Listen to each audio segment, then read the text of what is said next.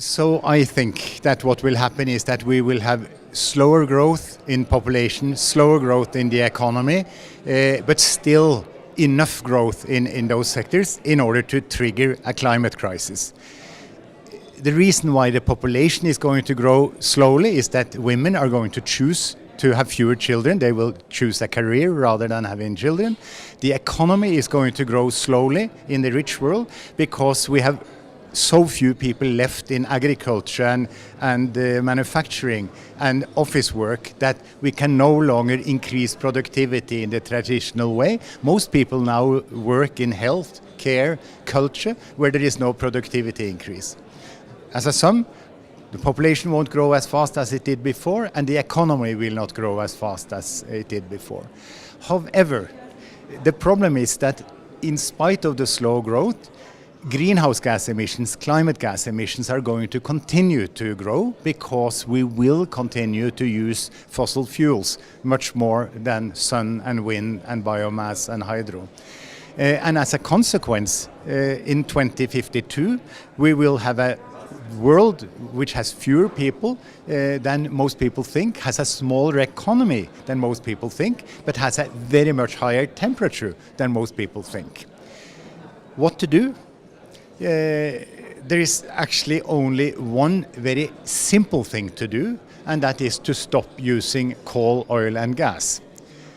Because 70 to 80% of all the greenhouse gas emissions that end in the atmosphere come from us using coal for producing electricity, oil for running our cars, and oil and gas for heating and cooling our homes. So if we just stopped doing that, this will solve the whole climate problem. And this is fully doable.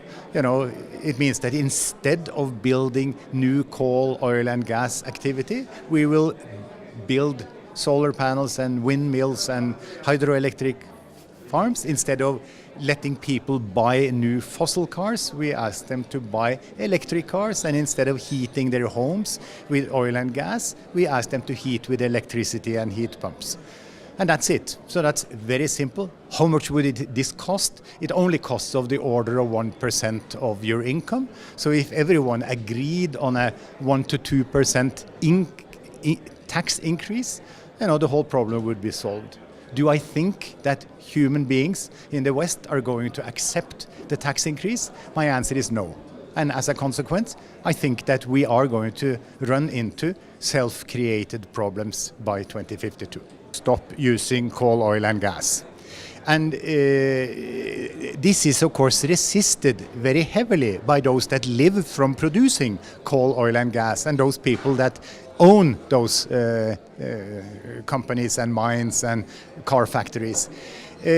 So what you need to do in many ways is that you have to compensate those people that work and own those things for closing down, and then start to build the new society, which is a renewable society, electric car society, electric heating and cooling society.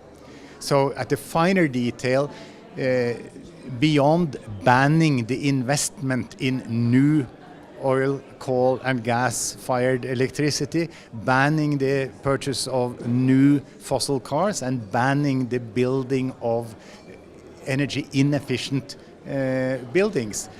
You need also probably to establish an unemployment benefit system for all those people that lose their jobs in the mines, meaning that you pay them while they're being retrained and get a new job in the new and clean sectors.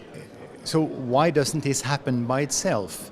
And the reason is that the people who work in the dirty industries, they don't trust society to come up with the unemployment benefit while they're moving from the production of fossil cars to the production of electric cars, and consequently they resist. And also the owners that would make as much money on electric cars as they currently make on fossil cars are also dubious about whether they will be able to maintain their profits in the transition. So the reason is that this is so difficult is both that the owners and the workers in the dirty industries don't believe that the rest of society, which is the vast majority, is going to compensate them for the shift, and consequently they resist the shift.